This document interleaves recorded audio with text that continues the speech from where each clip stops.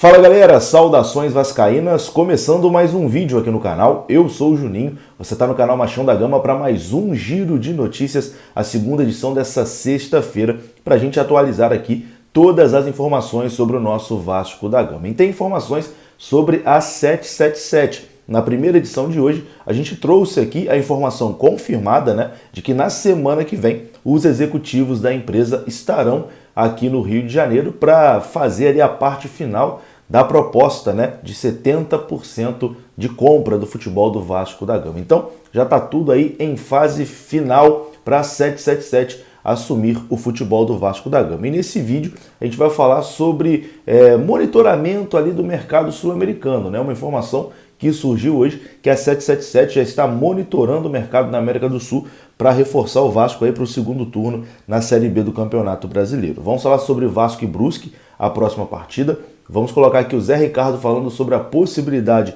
do Palácio ser titular nesse jogo e muito mais coisas que você vai conferir depois da vinheta. Antes da vinheta, deixa aquele like que é muito importante, se inscreva também aqui no canal, sua inscrição é muito importante e a vinheta rodou.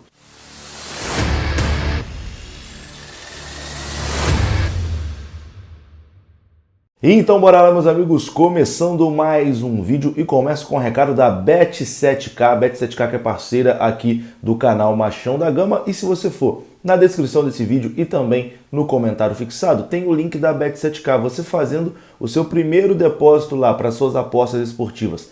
Através desse link, você ganha 100% de bônus, isso mesmo, botou 50, vira 100, botou 100, vira 200. Então é um grande incentivo para você começar a fazer as suas apostas esportivas na Bet7k. A Bet7k que paga via Pix. Isso mesmo, você venceu lá a sua aposta, solicita o pagamento e eles mandam o Pix para sua conta. Mais informações na descrição do vídeo e também no comentário fixado. A gente começa esse vídeo aqui falando sobre Copa Rio Sub-15, porque hoje aí a molecada do Vascão, meu amigo, enfiou 4-1 no Flamengo lá na Gávea e se classificou para a final da Copa Rio Sub-15. E um detalhe, o Vasco tinha perdido em São Januário por 3-1 e aí conseguiu reverter esse placar jogando lá na casa do Flamengo e conseguiu vencer por 4-1. Então fica aqui registrado os meus parabéns para a molecada que já está aí desde Sub-15 aprendendo a bater no rival. Assim, o espírito é esse, tem que começar assim mesmo.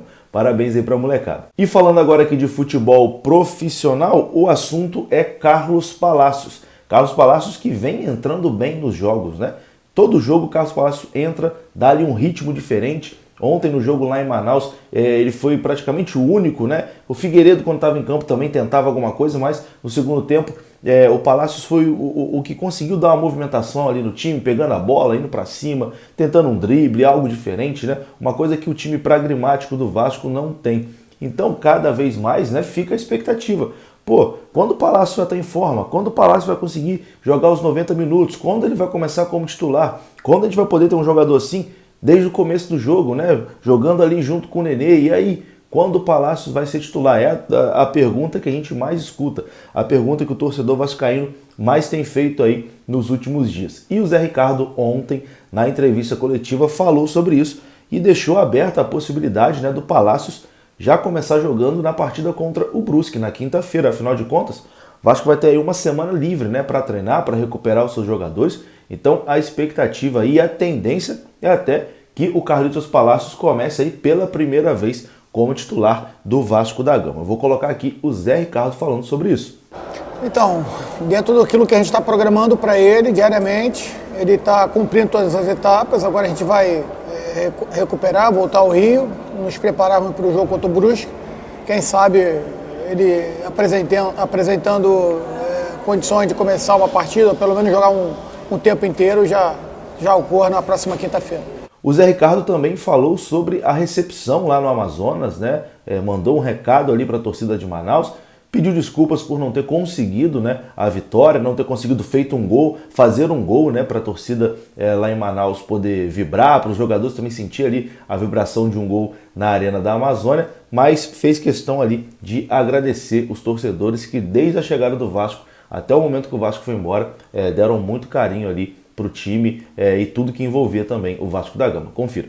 Primeiro agradecer muito o carinho que foi dado a gente desde a nossa chegada, assim, fantástico. desde a chegada do aeroporto, 4 horas, 4h30 da manhã, muita gente lá esperando a gente. A gente fez de tudo para que a gente pudesse sair daqui com a vitória, dar essa alegria para eles. É realmente um privilégio poder estar representando o Vasco e estar vendo uma torcida como essa aqui. Um respeito muito grande por toda a torcida vascaína e tomara que a gente consiga. O que eu posso deixar de recado é que eles continuem emanando energia para a gente, porque é uma causa nossa, de todos os vascaínos, para que a gente possa dia a dia melhorar, jogo a jogo, evoluir e que a gente possa, ao final de novembro, né, ao final da competição, estar comemorando todos juntos. Mesmo que fosse um empate, eu gostaria que tivesse saído gols para que a torcida pudesse vibrar, mas fica aqui o meu agradecimento e o meu carinho por toda a festa que eles fizeram. Então tá aí, né? Foram 2 trechos da entrevista coletiva do Zé Ricardo após a partida contra o Guarani, o empate em 0-0. O Vasco que segue invicto no campeonato, né? Mas com muitos empates, um time que empata muito. O próximo compromisso do Vasco, quinta-feira, contra o Brusque em São Januário. E até o momento, saiu uma parcial agora há pouco, já foram emitidos mais de 16 mil ingressos para esse jogo, tá? Talvez, quando eu estiver gravando, até mais ingressos, quando eu estiver editando esse vídeo, né, até mais ingressos já tenham sido vendidos. Mas neste momento que eu estou gravando, 16 mil ingressos comercializados aí para a partida entre Vasco e Brusque. E teremos casa cheia São Januário, completamente lotado para essa partida contra o Brusque na próxima quinta. E nesse jogo, já está confirmada também essa informação, os executivos da 777 estarão presentes em São Januário para assistir a partida entre Vasco e Brusque. O jornalista Bruno Braz da UOL também postou essa informação, né? Que eles chegam na quinta-feira no Rio de Janeiro e vão acompanhar essa partida. Eles chegam ali na quinta para começar esse processo final, né, da proposta final da compra, né, de 70% do futebol do Vasco, e já vão estar no Rio, estarão presentes para assistir Vasco e Brusque em São Januário, com São Januário daquele jeito, né, completamente lotado, um caldeirão, igual foi contra o Bahia. E já que o assunto é 777, hoje surgiu uma informação do portal vascaíno.net sobre a possibilidade de reforços, né, da 777 para a sequência aí do Campeonato Brasileiro Série B. Esse processo da SAF deve ser concluído um pouquinho antes ali da abertura de janela de transferências, né? E o Vasco tem que utilizar essa janela de transferências para trazer ali alguns jogadores pontuais para poder conseguir esse acesso com mais tranquilidade. O Carlos Brasil chegou a dar uma entrevista no GE dizendo que a 777, junto com o Vasco, está ali analisando, né, o mercado sul-americano, monitorando o mercado sul-americano, e hoje uma matéria do vascaíno.net também vai nesse mesmo sentido e eu vou ler aqui para vocês. A matéria diz o seguinte: embora a 777 não tenha oficializado ainda a compra do Vasco, a empresa norte-americana já trabalha nos bastidores do clube. O próprio gerente-geral do Vasco, Carlos Brasil, já falou ao Globoesporte.com que a 777 indicou alguns nomes e a diretoria está analisando nos próximos dias a possibilidade de contratá-los. O vascaíno.net apurou mais sobre essa situação e essa lista de reforços, né, da 777 contempla atacantes e meias, porque existe um entendimento que a zaga ali, o sistema defensivo está mais seguro, tanto que o Vasco tem ali talvez a melhor defesa da Série B, se não for a melhor defesa, está pelo menos ali entre as 3. É um time que toma pouquíssimos gols, mas é um time que faz também pouquíssimos gols, então o problema está ali no sistema ofensivo. Então tanto a empresa como o Vasco da Gama entendem que o sistema ofensivo precisa ser reforçado mais do que qualquer outro. Falta criatividade para essa equipe que vem fazendo poucos gols. Dessa forma, a empresa americana está buscando atletas para o ataque com foco no mercado estrangeiro, principalmente no Uruguai e também na Argentina. Outra informação importante é que a 777 deseja avançar nessas negociações o quanto antes, já que a empresa vai entrar no clube pouco tempo antes ali do dia 18 de julho, a data que abre a próxima janela de transferências na Série B do Campeonato Brasileiro. Portanto, a expectativa, né, a intenção é deixar ali algumas coisas já encaminhadas para que quando a janela abrir, ficar mais fácil, né, dessas negociações acontecerem. Essas são as informações de momento.